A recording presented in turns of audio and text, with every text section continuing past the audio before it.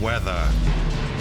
It governs our world, bringing life, death, and destruction. God damn it, go back. We're fine. Oh my God! It's drowning! Wow. World's deadliest weather is back. Bigger and badder. This time we include deadly natural disasters. One of the most terrifying moments of my life. Featuring earth-shattering quakes. Yo ahí vi pasar toda mi vida. O sea, yo pensé que ya no la iba a lograr. I saw an entire building collapse. It was like something out of a movie. And volcanoes. It looks like all of my wildest dreams. Using people's extraordinary self-shot footage. We're gonna die, dude! We gotta get out of here! Mason, get away from the windows now! And their death-defying stories. I remember instantly thinking, I just watched her die. I had to turn on my inner stunt driver and just get out of there quick. I thought I was gonna burn alive. We go eyeball to eyeball with Mother Nature. Crazy! It's crazy! Come on! And witness up close Get on there! the all-consuming power of the elements. The mountain was coming to get us. Flash right there! This place is just hell. It was just horrific. I had never in my life experienced anything like that. Everybody take cover! Now!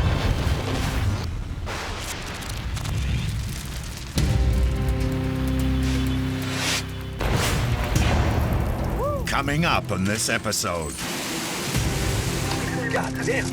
Wildfires rage across California, reducing towns to smoldering rubble. The fire, it's overwhelming. Fire trucks everywhere, police, chaos, bro. Everything's gone. I don't recognize that place. The world's largest bike rally comes under attack from supersized hail. Oh, how did they get bigger? I have never seen hail that big before. I was afraid for our lives. Oh my God. And rough seas capsize a boatload of terrified tourists. I think there were definitely some very, very scared people. The boat sank in the middle of nowhere.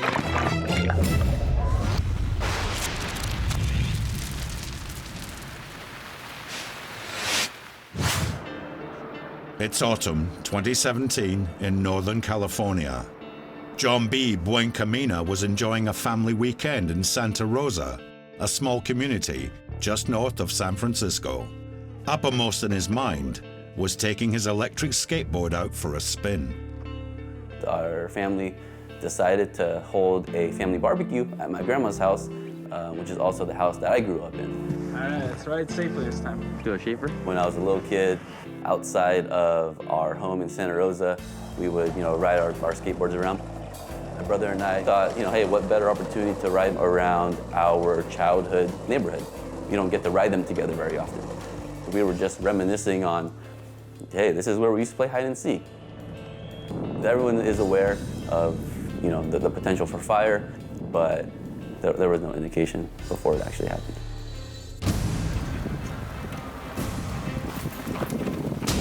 On the 8th of October 2017, the Tubbs Fire exploded across 36,000 acres of prime Californian land.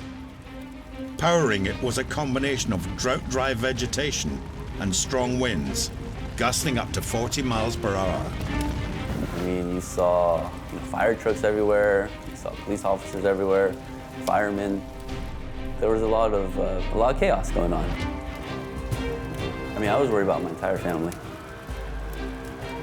We just wanted to get as far away from the fire as possible. Everyone was trying to leave, so they couldn't just drive off. It was gridlock at that point. As the strong winds carried sparks vast distances, 20 miles further south, another wildfire, called the Nuns Fire, was incinerating the famous wine region around Sonoma. Sonoma County Sheriff's Office, this is a mandatory evacuation order. Leave your homes. Sergeant Brandon Cutting was on patrol, urgently checking everyone had evacuated their properties. As I was heading out to Sonoma, I looked off to my right, and I saw the fire on the ridge of the hill, and it was coming over the ridge. I was very nervous. As I see fire and I'm coming into it, I immediately went to, am I driving towards something that bad? We were door to door. I'd park my car and just start running and banging on doors. The wind was howling. Everywhere I turned, I felt like the wind was in my face. It was carrying with it embers of spark, and I realized the fire was out of control. Shots up us! I could see a sort of a flash of light, which I assumed was an emergency vehicle. And then I heard him on his radio say, I need help over here. I need help. Where you at? I could see he was pulling somebody. Come on, she's disabled. As flames closed in, a disabled woman was being dragged across the yard by a patrolman and her husband. All right, let me get her feet. Her husband's right behind you. There's a house on fire. Let's go. Oh, you gotta get her up. We got her in the back of the patrol car, and then the other deputy, with the decision that he made at that moment, absolutely 100% saved her life. Watch your leg. Sir, you gotta go. It was very scary. And then I had to run back to get my car.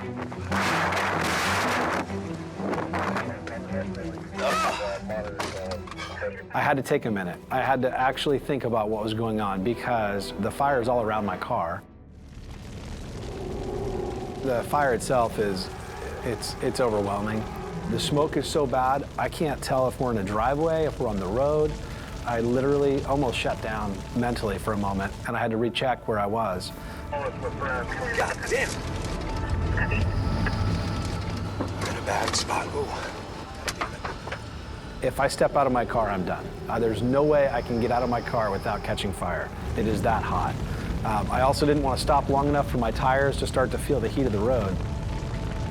That was the time that I was actually the most afraid. I was actually scared at that moment. That fire was moving very fast. Park West is nearly impassable at this point. The entire neighborhood was just ablaze.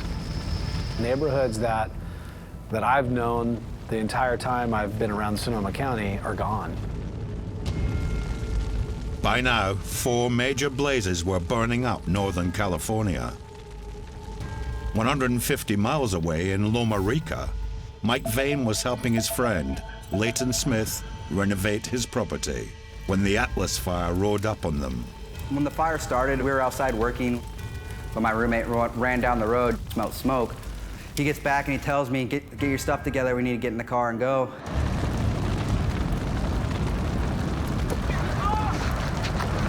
Fire really came on us really fast. 15 minutes, and then the moon blacked out, and then another 5 minutes, and the fire was coming down our driveway. There wasn't no warning, there wasn't no time to, okay, let's pack up all our belongings or anything like that. It was like, grab what you can grab and get out. We're gonna die, dude. We gotta get out of here.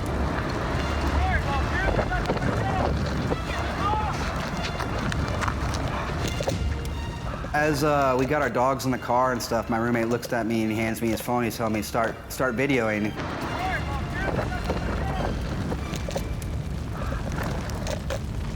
Scariest part was definitely when we initially started to go out of our driveway. The trees were about 20 feet tall, so there was at least a 30-foot wall of flame coming at us. Oh my God, dude, we can't. You're gonna have to cut to the left. That's all the gate. Open the gate. I've never been in a firestorm before. You can definitely feel the air being sucked away. I can't breathe. Later, Mike and Leighton's life or death dash takes them right to the brink. My eyes are burning, man. My eyes are burning too, dude, but we still got oxygen, so we're not dead yet. And a Santa Rosa resident recklessly heads into the inferno to check on his grandparents' house. There's no lights on this street. This is called Armageddon. I felt like my clothes were like hot enough to catch on fire. Contacts were melting to my eyes.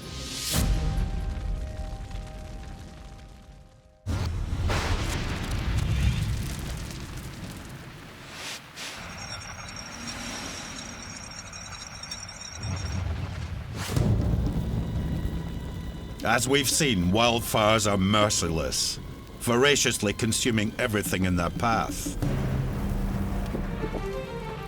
California is one of the world's most deadly hotspots, as massive blazes are fueled by the strong Santa Ana wind. Oh, we gotta get out of here. You can feel the heat fusing with that fire. Near Junction City, these guys were fleeing a forest fire when they heard cries from the undergrowth. What? Whoa, whoa, whoa, whoa, pull up, someone needs help. Go up. Yo! If it wasn't for the quick reactions of these two selfless heroes, a mother and her 10-year-old daughter would have met certain doom.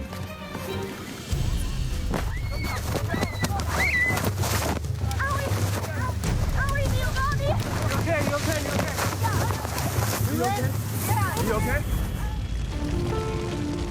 This motorist is getting dangerously close to the infamous Fort McMurray wildfire, Canada's biggest weather event in 2016.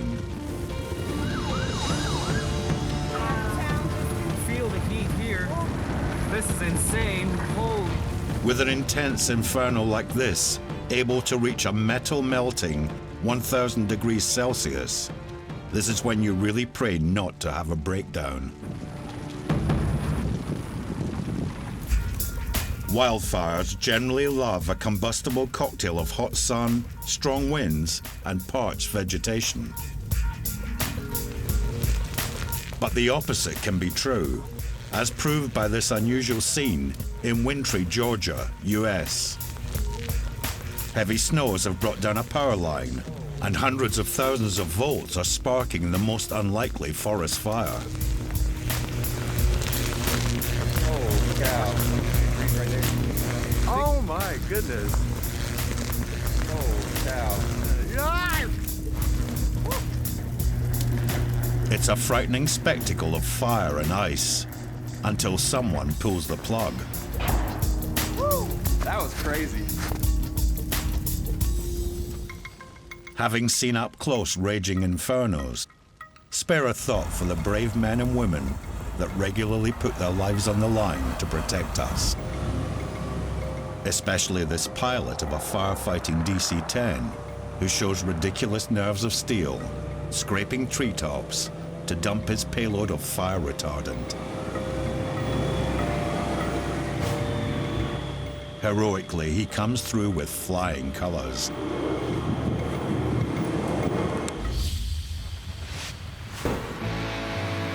Sturgis in South Dakota, USA.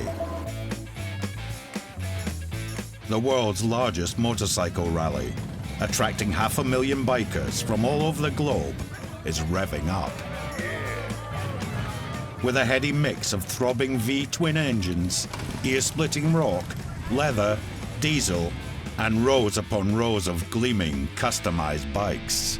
That is fantastic. But being held in the Midwest during summer, the rally is also prone to violent storms. Here comes the hail. Oh, yeah. Hail's coming down. So, when an ominous-looking front rolled in on August the 7th, 2009, bike enthusiast Jeff Koistonen didn't pay it much attention. I go to the rally about every 2 or 3 years. We had been riding around in Sturgis. We noticed the storm cloud coming. We decided that we probably should head back to the campsite. The clouds, seemed to get darker.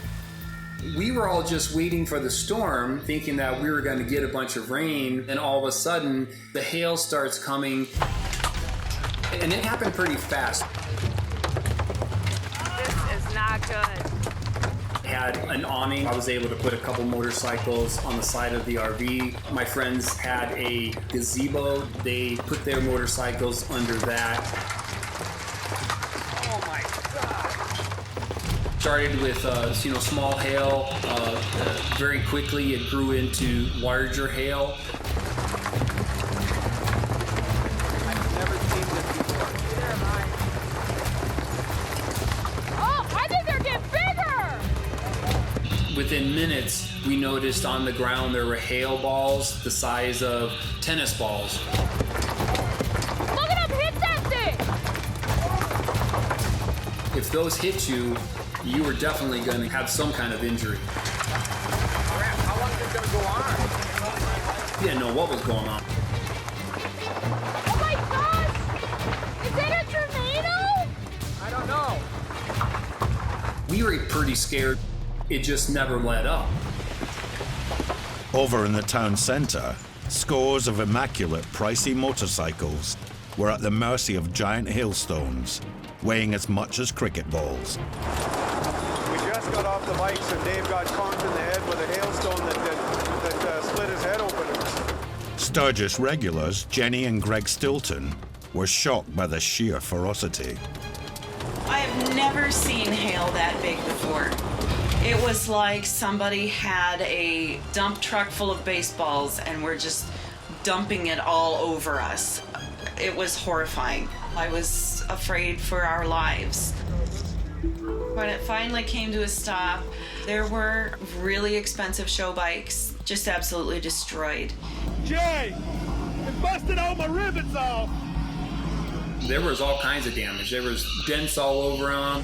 Hammered through her leather and got her bike. Both mirrors are gone. FXR.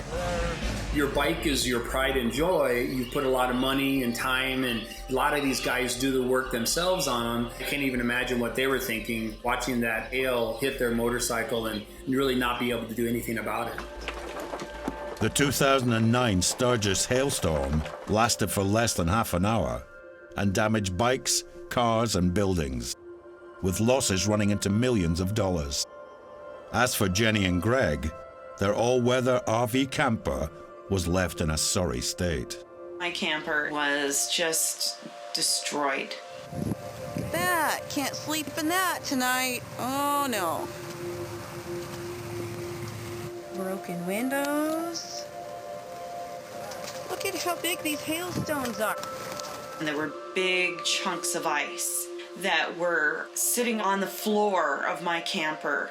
They'd punched through the skylights. My car was also damaged pretty badly, and I looked at it and I just knew that it would be written off. Look at that. Wow. Dang. I think everybody that was there had some kind of damage. Walked around my RV and there was quite a few small dings in the fiberglass. When I said to the insurance company that I was in a hailstorm, their first response was it the hailstorm in Sturgis, South Dakota? Jeez, I cannot believe this. I think my insurance claim was $18,000. All of my years, I've never seen hailstorm like that. We kept maybe 4 or 5 of the big hail balls, and it was pretty cool to have some pieces of the hail from that storm. Just got to keep it on ice.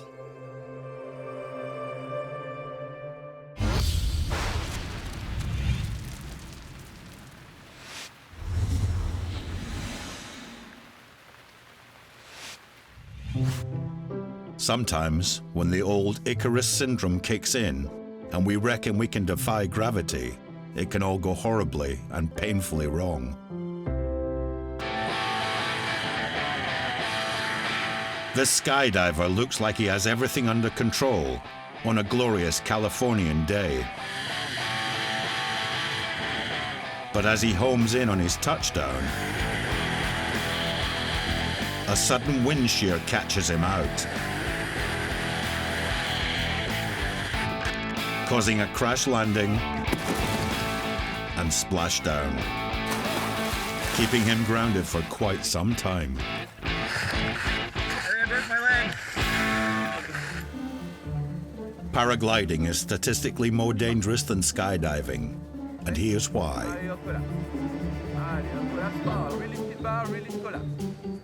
In Nepal, this guy is on an instructor ground-to-air training flight Break your glider.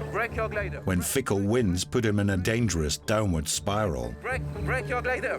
Despite increasingly frantic instructions to brake, there's no stopping him. Rescue. Break.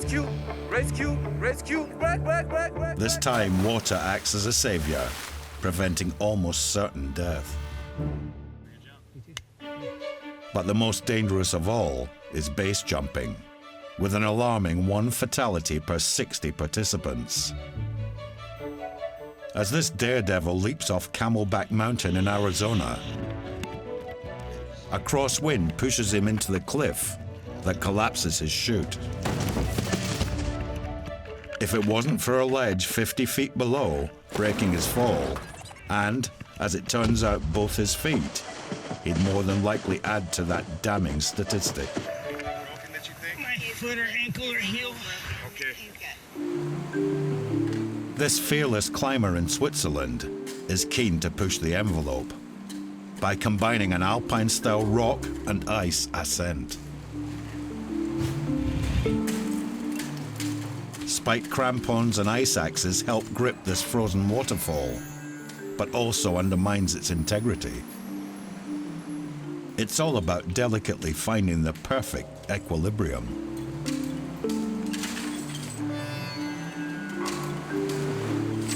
Thankfully, his ropes come to the rescue.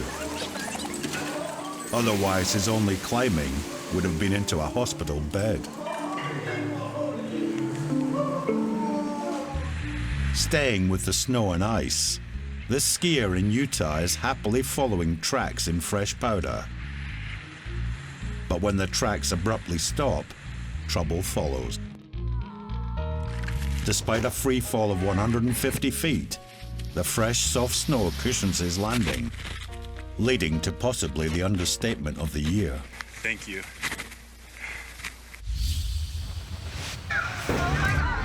Still to come, rough seas turn a holiday pleasure cruise into a nightmare. That boat was probably in the water within a minute. There's people screaming. You're just kind of not sure what's going on. Jesus! And a giant twister demolishes a store packed with shoppers. How are you gonna get away from a tornado? It's coming right for you. You can't get away.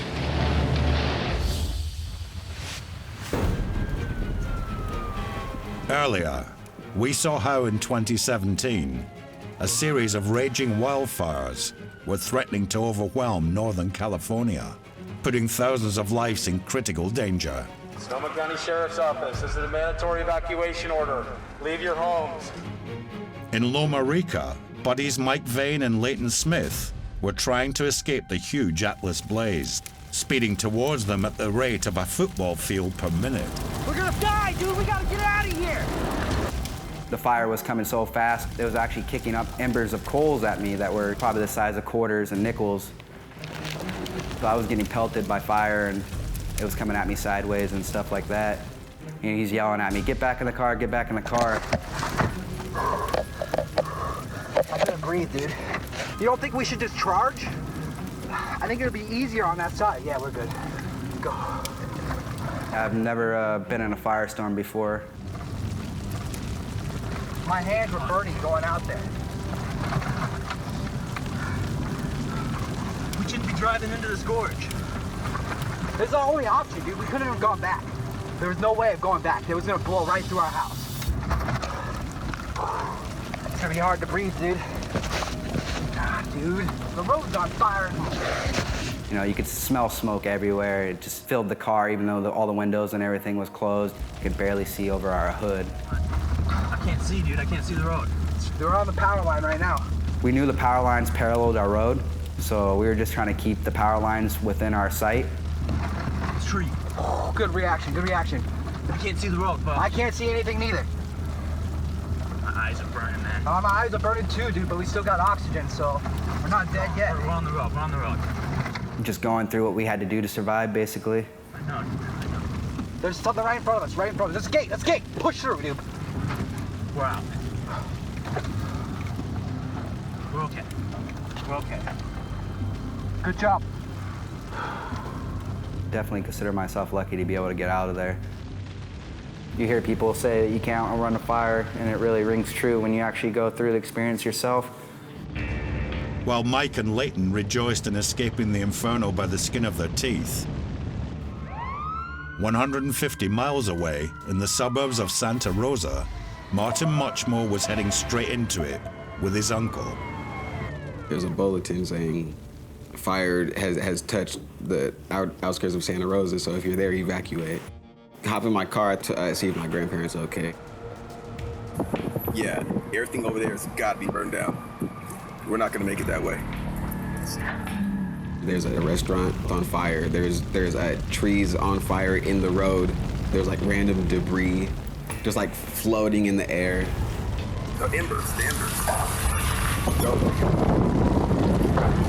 There's a lot of chaos. Okay, go straight. Try to take the next left. Actually, no, go straight. We turned the corner and came upon my grandparents' house. Come on, don't be on fire. No! All it is right there is just all flames. We heard things exploding inside the house. So we just hit a U-turn and proceeded to come out the way we came. Go a bit, go this way, come around. Go back around, come around. Stop. Back up. Back, reverse. The fires on all the other houses were way worse. Houses on both sides were on fire. It felt like a war zone. It was just horrific. There's no lights on this street. This is called Armageddon. I realized I had to roll my windows down because it was too hot. That was the scariest moment. I felt like my clothes were like hot enough to catch on fire. Contacts were melting to my eyes. Take your time, get us out. But drive, cool, keep going around the gas. Go. Watch out, go straight. You feel pretty helpless. We're out of here, everything is gone. It is what it is.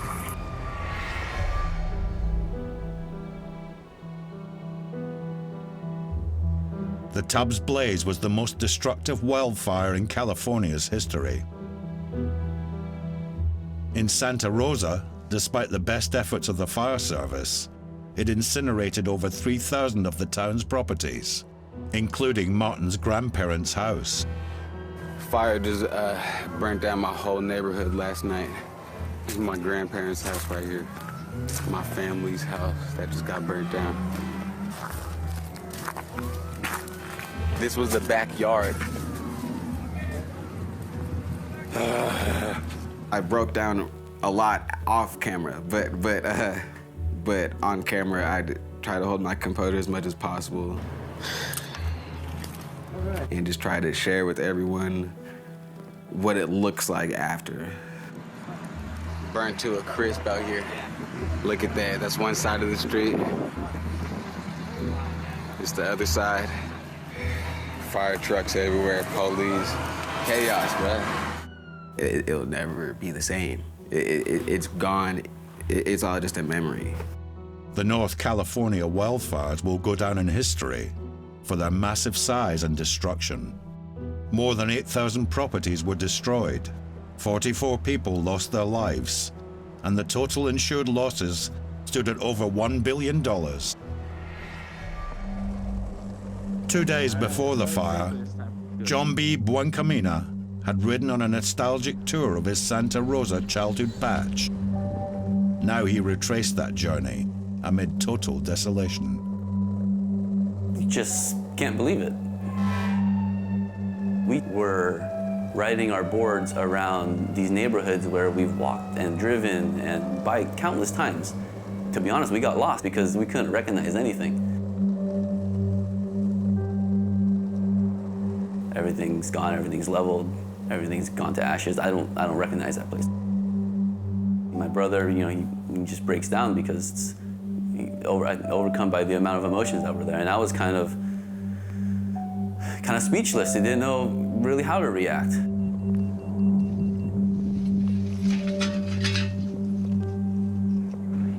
Something like that, I don't think I'd ever be able to get over.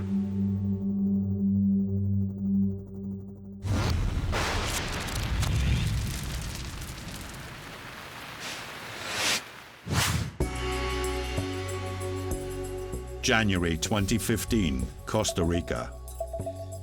21-year-old Alexis Esnaholt was enjoying some winter sun in the Playa Herradura beach resort. Well, I was in Costa Rica for my Christmas break.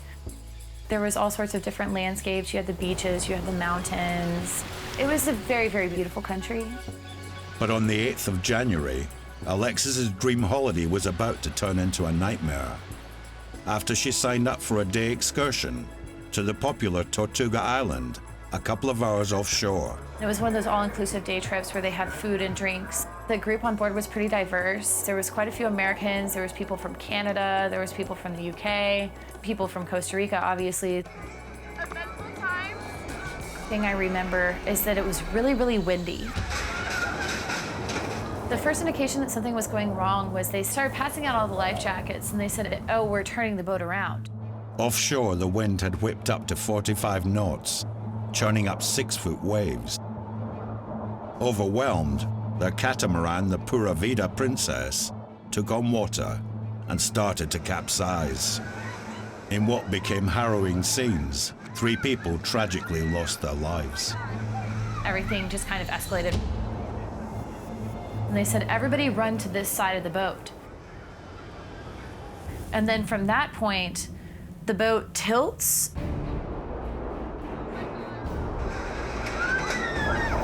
and then it tilts one more time, and then there's people sliding down the boat. It's just like Titanic, just people just sliding, there's people screaming. You're just kind of not really sure what's going on. Oh my God.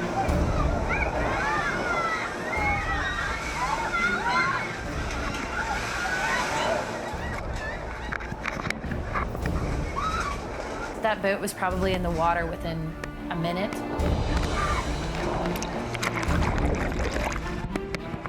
I was holding on to one metal pole. These poles started breaking off. When people were falling into the water, you don't know if they were hitting themselves on something or being cut by something. There was just a lot of different objects that people could have been hit with. I didn't want to get stuck under the blue canopy. That was my biggest concern. And then kind of waited for the water to catch up with me and then swam out the side of the boat.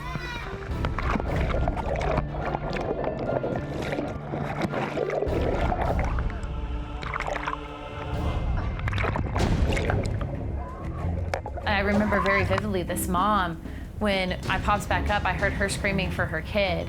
That was kind of the moment where it was, oh wow, this is kind of a crazy situation.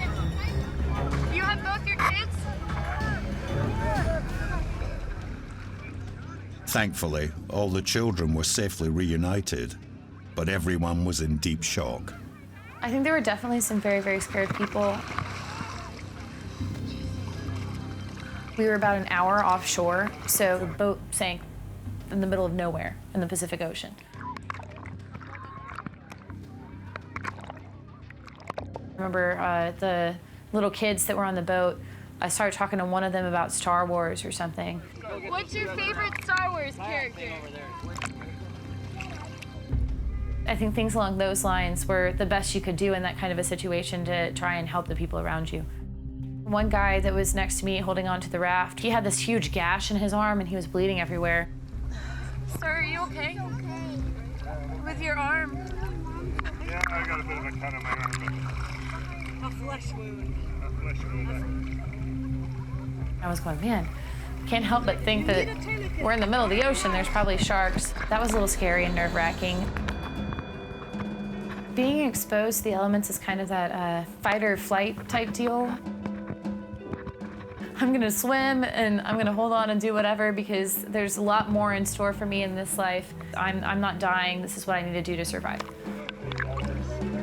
This horrific boat sinking turned into one of the worst maritime accidents in Costa Rica's recent history.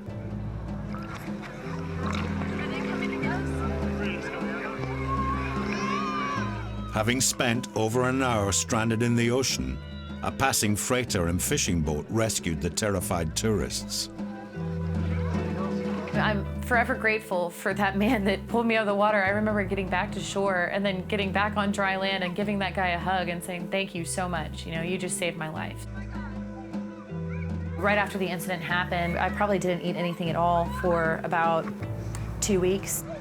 I couldn't close my eyes without seeing water. I would definitely say that I was traumatized. It was a very, very hard situation, I think, for everybody involved.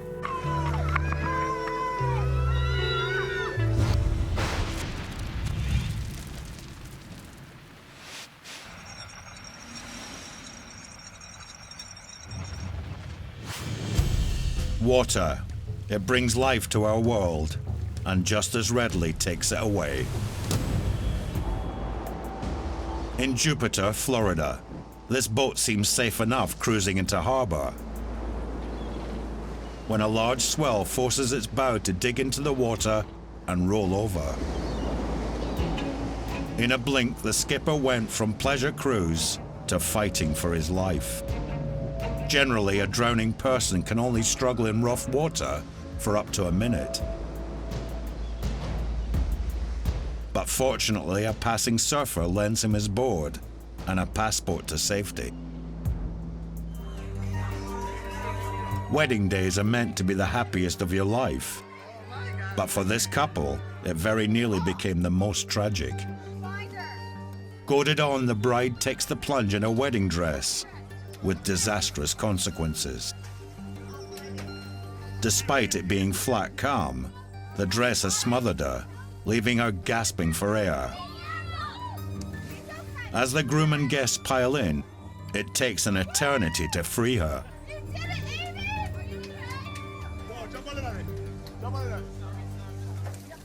Proving that even placid water is laced with peril. While humans are susceptible to drowning, you would imagine waterfowl are pretty immune. But this goose's gander is up at these squabbling mallards.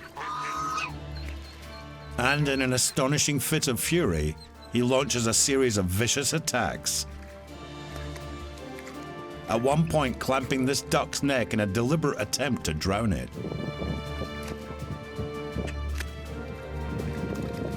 Just when it looks like the duck's goose is well and truly cooked, his mate comes to the rescue.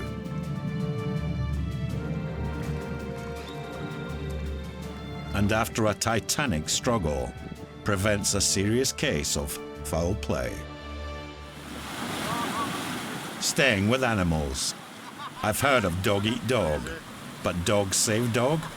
Now that's plain barking mad. In Cordoba, Argentina, this actually took place. As this black lab plunges down a rapid, his doggy pal, white lab, shows amazing deftness to save his skin. So bizarre, it gives pause for thought. Finally, spare a thought for this fisherman, found drifting alone off the Mexico coast. After his boat had sunk in a storm, his lifeline was this small cooler box. After standing in a crate for 5 long days, having a lie down must be sheer bliss.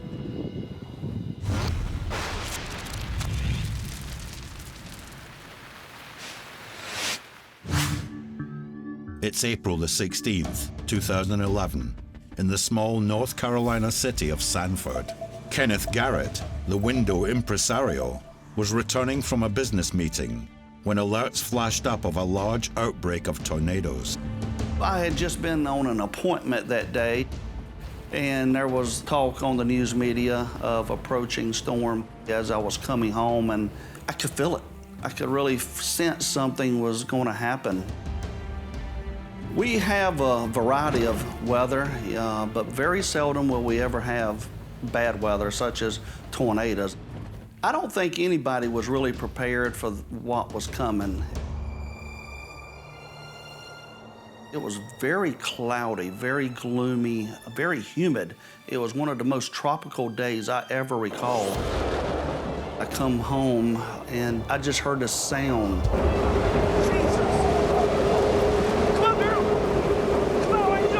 And I just start panicking. I run toward the front of my house.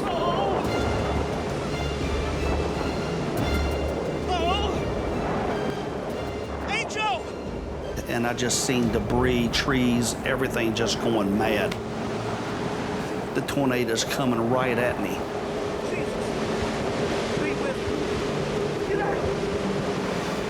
My heartbeat was just bouncing. I mean, it was just flowing like mad. Angel, come here, girl! Come here! My dog was even panicked, just startled. And I mean, honestly, it was crazy.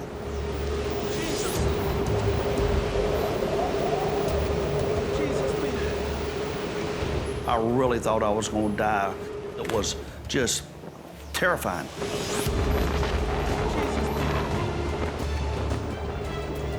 Then I come running back into my office when I see the storm going back toward the home improvement warehouse, which is only about 10 minutes away, and I call them just panicking, screaming.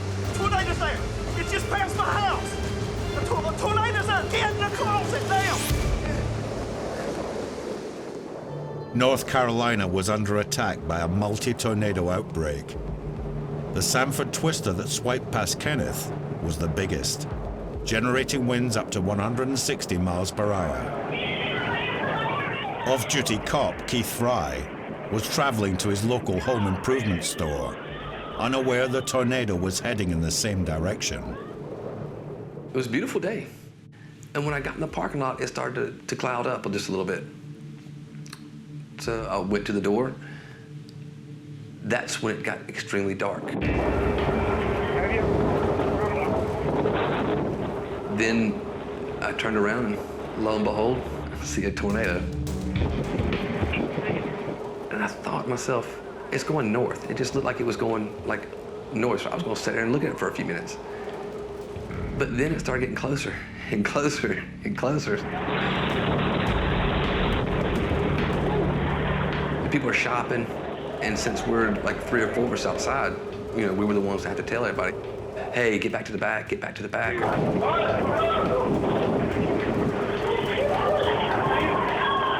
How are you gonna get away from a tornado? It's coming right for you. You can't get away.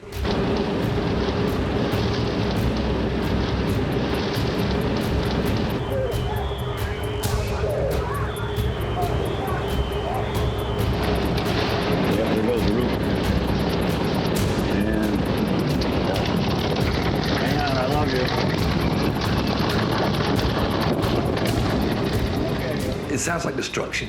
It just sounds so mean, so nasty. All of a sudden, there was this big whoosh and a boom that came through. And at that point, all the stuff off the shelves just came off.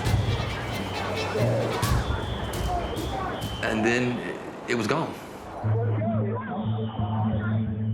You hear the people screaming, you hear the alarms going off.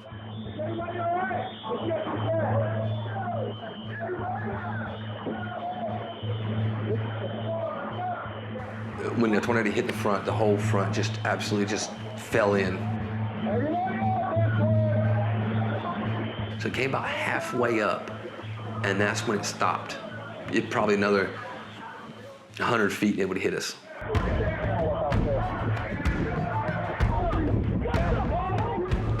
I went outside. We got all this debris in the roadway. You got sheet metal, you got steel beams, and these steel beams are not small, and they were mangled. The cars in the parking lot were upside down. This tornado had power. Whatever was in its way, it destroyed. It looked like a bomb dropped right in the middle of it. Keith's actions in herding around 100 shoppers to the back of the store proved crucial for everyone inside surviving. The tornado outbreak in 2011 broke all records for North Carolina, with 30 touching down in a single day. It claimed 24 lives and inflicted over $300 million of damage, a tragedy that will forever be burned in the memory of its inhabitants. I still have goosebumps when I talk about the storm to this day. It was that frightening. Total devastation. Gave me a new outlook on life and just how quick it can end. I had never witnessed a tornado before, and I never, ever, ever, ever want to witness another one. It scared me to death.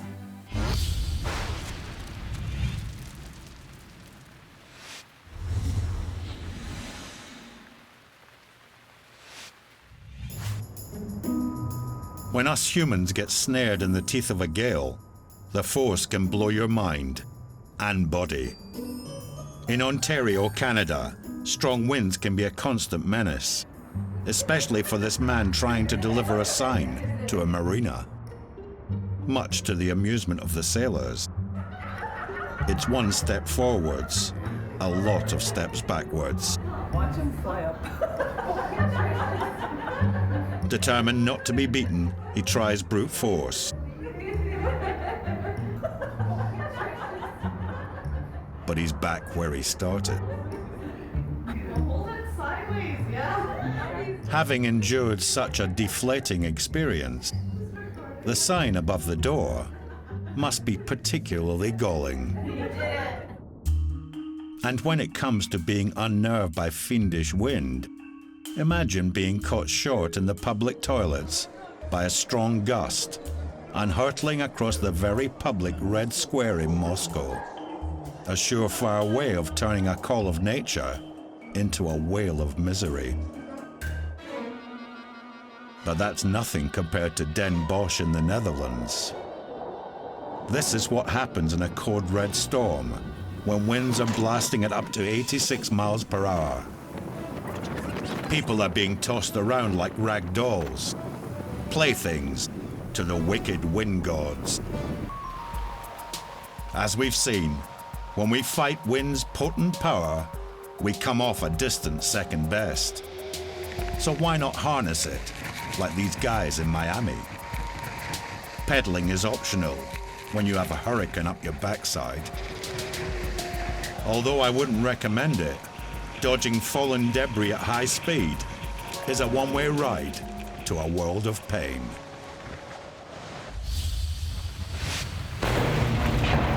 In this episode, we've seen Mother Nature bare her teeth. We're gonna die, dude. We gotta get out of here. We've seen how helpless we can be. We've seen her tear down, destroy, and laugh in our faces. And next time, there will be more. Because deadly weather stops for no one.